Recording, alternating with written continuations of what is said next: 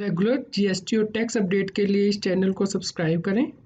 Friends, आप TDS, income tax, GST और accounting software audit trail के साथ कंप्लायंस आसानी से कर सकते हैं। इन सॉफ्टवेयर के डेमो देखने के लिए आप हमें मोबाइल नंबर के साथ ईमेल कर दीजिए taxil@gmail.com पर।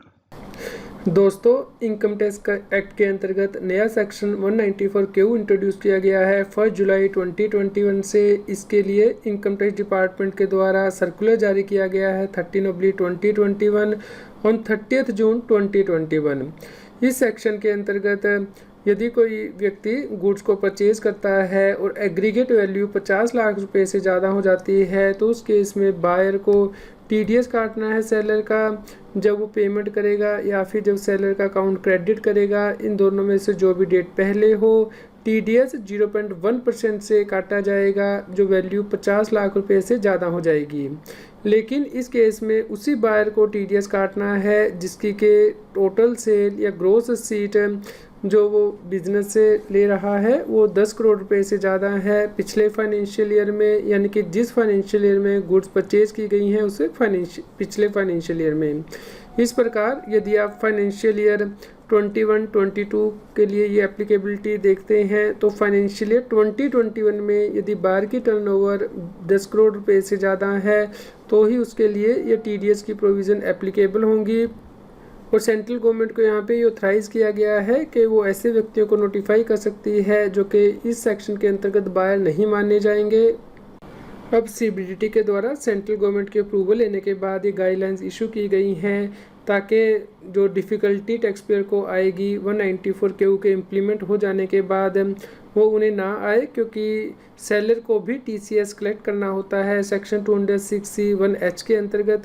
तो ये डिफ़िकल्टी रिमूव की जा सके इसके लिए गाइडलाइंस इशू की गई हैं। सबसे पहली है applicability on transaction carried through various exchanges.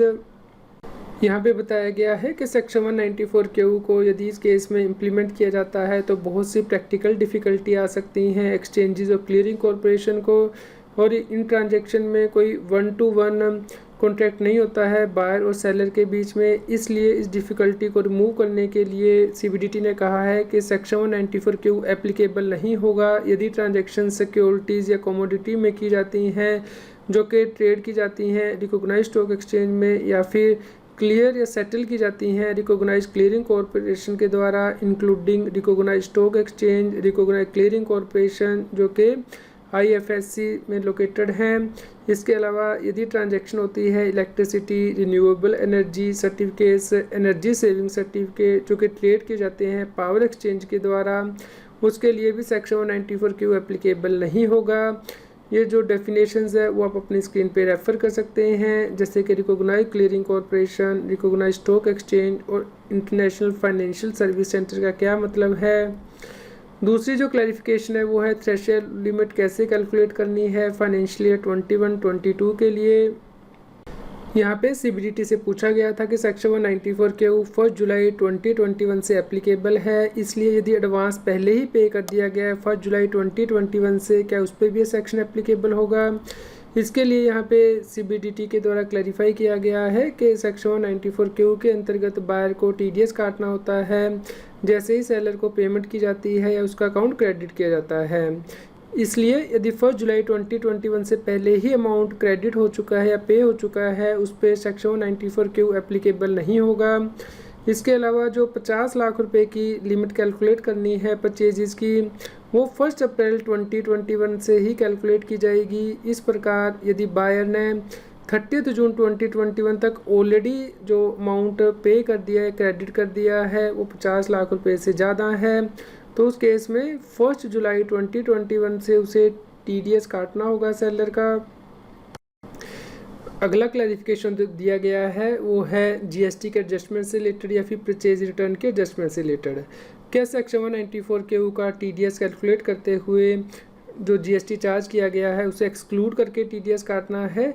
इससे पहले सीबीडीटी के द्वारा सर्कुलर जारी किया गया था सेक्शन 206(1)(h) के अंतर्गत, जहां पे के सेलर को कहा गया था कि वो इंक्लूडिंग जो जीएसटी है वो टीसीएस कलेक्ट करेगा। लेकिन टीडीएस के लिए जो सिचुएशन है वो डिफरेंट है, क्योंकि 2017 में गवर्नमेंट के द्वारा ही सर्कुलर जारी किया गया था जिसमें कि बताया गया था कि यदि सर्विसेज के केस में जीएसटी चार्ज किया गया है तो उस केस में जीएसटी को एक्सक्लूड करके टीडीएस काटना है। इसलिए सेक्शन 194 क्यू के अंतर्गत भी इस पोजीशन को मेंटेन किया गया है कि यदि जो अमाउंट क्रेडिट किया जा रहा है सेलर का है वो कॉन्ट्रैक्ट के अंतर्गत आता है बायर और सेलर के, तो उस केस में ये अमाउंट जो पेबल है वो सेपरेटली इंडिकेट किया जाता है इनवॉइस में, यानी कि जो टैक्स जीएसटी का चार्ज किया जाता है तो उस केस में जीएसटी को एक्सक्लूड करके आपको टीडीएस काटना है। लेकिन यदि पेमेंट बेसिस पे जो टीडीएस है वो काटा जाता है जहाँ पे कभी इनवॉइस रेज नहीं हुई है तो उस केस में पूरे अमाउंट पे आपको टीडीएस काटना है, क्योंकि इस केस में ये पॉसिबल नहीं है कि जीएसटी का कितना कंपोनेंट इन्वॉल्व होगा फ्यूचर में। परचेज रिटर्न के लिए यहाँ पे क्लैरिफाई किया गया है कि सेक्शन 194 क्यू के अंतर्गत टीडीएस काट लिया जाएगा जैसे ही पेमेंट की जाएगी या फिर अमाउंट क्रेडिट किया जाएगा, दोनों में से जो भी डेट पहले हो। इसलिए परचेज रिटर्न होने से पहले ही टीडीएस पूरा कट जाता है। लेकिन यदि बाद में जो बायर है वो परचेज रिटर्न कर देता है और मनी को रिफ़ंड किया जाता है तो उस केस में जो नेक्स्ट परचेज होगी उसके अगेंस्ट जो टीडीएस है उसकी एडजस्टमेंट की जा सकती है यदि सेलर सेम है, और यदि परचेज रिटर्न को रिप्लेस कर दिया गया है दूसरी गुड्स के द्वारा तो उस केस में किसी एडजस्टमेंट करने की आवश्यकता नहीं है क्योंकि टीडीएस पहले ही काटा जा चुका है। कि सेक्शन 194 क्यू की प्रोविज़न नॉन रेजिडेंट बायर को एप्लीकेबल होंगी। यहाँ पे सीबीडीटी के द्वारा क्लैरिफाई किया गया है कि डिफ़िकल्टी को रिमूव करने के लिए सेक्शन 194 क्यू एप्लीकेबल नहीं होगा नॉन रेजिडेंट को जो कि गुड्स को परचेज करेगा उस सेलर से जो कि इंडिया का रेजिडेंट है, और इस केस में जो परचेजेस हैं वो कनेक्टेड नहीं होने चाहिए परमानेंट एस्टेब्लिशमेंट से उस नॉन रेजिडेंट की इंडिया में। और परमानेंट एस्टेब्लिशमेंट का मतलब होगा जो कि इंक्लूड करेगी फिक्स प्लेस ऑफ बिजनेस जिसके द्वारा के इंटरप्राइज के द्वारा होली या पार्टली बिजनेस कैरी किया जाता है।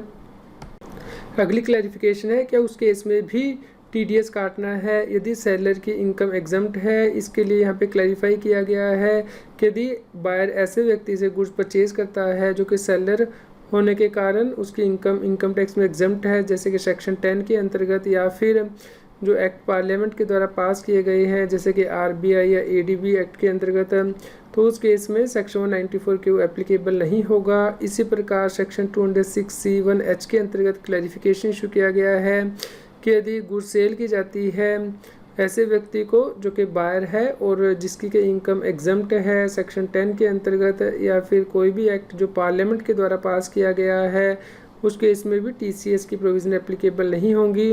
लेकिन यदि व्यक्ति की part of the income he exempt है तो उस केस में ये क्लैरिफिकेशन एप्लीकेबल नहीं होगी, यानी कि यदि सेलर और बायर की पार्ट ऑफ इनकम टैक्सेबल है इंडिया में इनकम टैक्स एक्ट के अंतर्गत तो उस केस में टीडीएस और टीसीएस की प्रोविज़न एप्लीकेबल होंगी।